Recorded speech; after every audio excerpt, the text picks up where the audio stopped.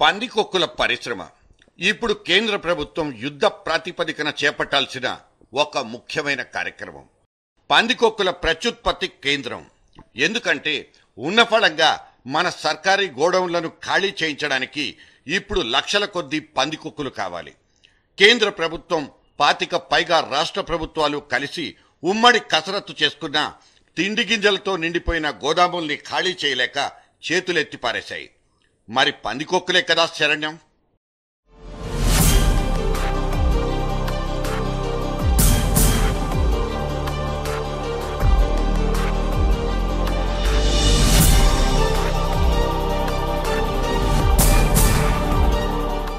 ఆకలేసిన చోట అన్నం ఉండదు, అన్నమున్న చోట ఆకలి అస్సలే వెయ్యదు.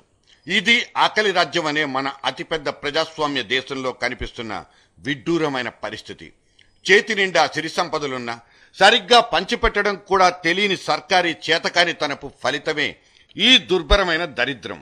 కేంద్రంలో నడుస్తోంది ఖచ్చితంగా కుంటి పాలనేననడానికి ఇదిగో ఇక్కడో రుజువు. నిండిపోయిన ధాన్యాగారాలు, ఆకలితో మండుతున్న కడుపులు, రెంటిని కలిపి సింగిల్ ఫ్రేమ్ లో చూపిస్తున్న ఒక సాపత్యం.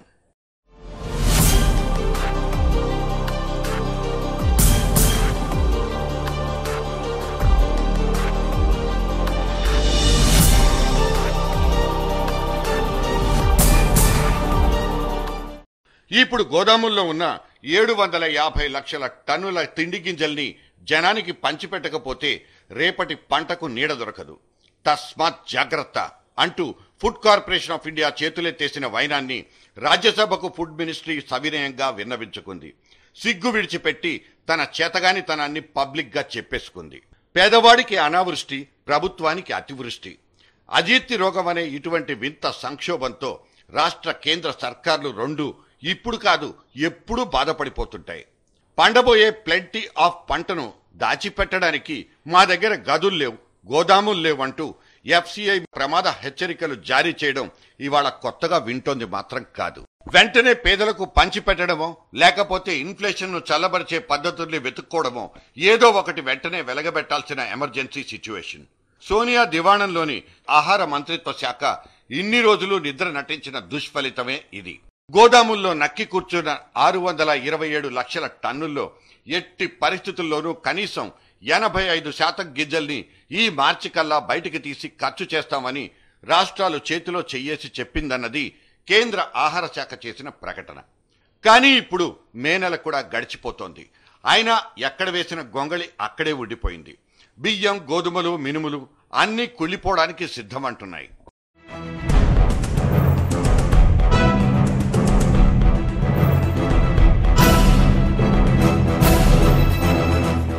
గోడౌన్ల బయట గుట్టలు పోసి నిల్వ చేసిన ధాన్యాన్ని సంవత్సరం లోపలే డిస్పోజ్ చెయ్యాలి. లేకపోతే నాణ్యమైన గింజలు నాశనమైపోతాయని, మనుషులు కాదు కదా పశువుల మేతకు కూడా అవి పనికి రాకుండా పోతాయని సర్కారీ ప్రమాణాల పుస్తకాల్లోనే రాసుంది. కానీ కుళ్ళబెట్టడానికైనా సిద్ధపడ్డాయి తప్ప కటిక పేదల ఆకలి తీర్చడానికి, ఖర్చు చేయడానికి ససేమిరా అంటున్నాయి మనమనుకున్న మన రాష్ట్ర ప్రభుత్వాలు. ఎంత నిర్లక్ష్యం, ఎంత నైరాశ్యం.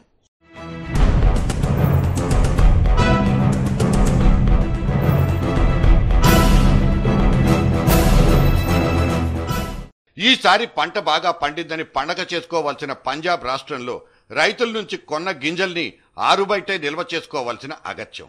మధ్యప్రదేశ్లో అయితే మరీ ఘోరంగా కనీసం గోనె సంచులకే కొరతొచ్చి పడింది. జూన్ ఫస్ట్ వీక్ లో సకాల వర్షాలు గనక కురిసినట్లయితే మలి పంట మళ్లీ ఇరగ పండితే ఆహార శాఖకు మూడినట్లేనంటున్నాయి ముందస్తు అంచనాలు. గోధుమల ఎగుమతికి సంబంధించి ఆర్డర్లు నిలిచిపోయి నెల రోజులు పైగా దాటింది. ఆయన గ్రూప్ ఆఫ్ మినిస్ట్రీస్ మీటింగుల మీద మీటింగులు పెట్టుకుని సమస్యను నానబెట్టుకుంటూనే ఉన్నాయి. దేశవ్యాప్తంగా ప్రజా పంపిణీ వ్యవస్థను మెరుగుపరిచి 1-2 కొత్త సంస్కరణల్ని రాసుకునైనా ఈ గింజల్ని గోదాముల నుంచి తరిమికొట్టి గుడిసెల దాకా చేర్చలేకపోయారు. ₹1 అమ్ముకుందామన్నా కొనేవాడు లేక మన మదనపల్లిలో టమాటా పళ్ళు రోడ్ల మీద పారబోసుకునే సీన్లు సీజన్ కు టెన్షన్ గా కనిపిస్తాయి. లక్నో పొలాల్లో ఆలుగడ్డలకు, చండీగఢ్లో గోధుమ గింజలకు ఇలా దేశమంతా ఈ రకమైన దౌర్భాగ్యమే తాండవిస్తోంది. ఇటువంటి అతివృష్టి సంక్షోభాన్నే ఇప్పుడు ప్రభుత్వాలు భరించాల్సి వస్తోంది. సర్కారోడే అల్లుడి నోట్లో శనిగాడైనప్పుడు మనకు మన మురికి వాడలకు ఈ దరిద్ర తాండవమే గతి. అందుకే చెప్తున్నాం, గోడౌన్లను కొరుక్కు తినడానికి, గుడిసెల్ని బాగు చేయడానికి పంది కొక్కులు కావలెను.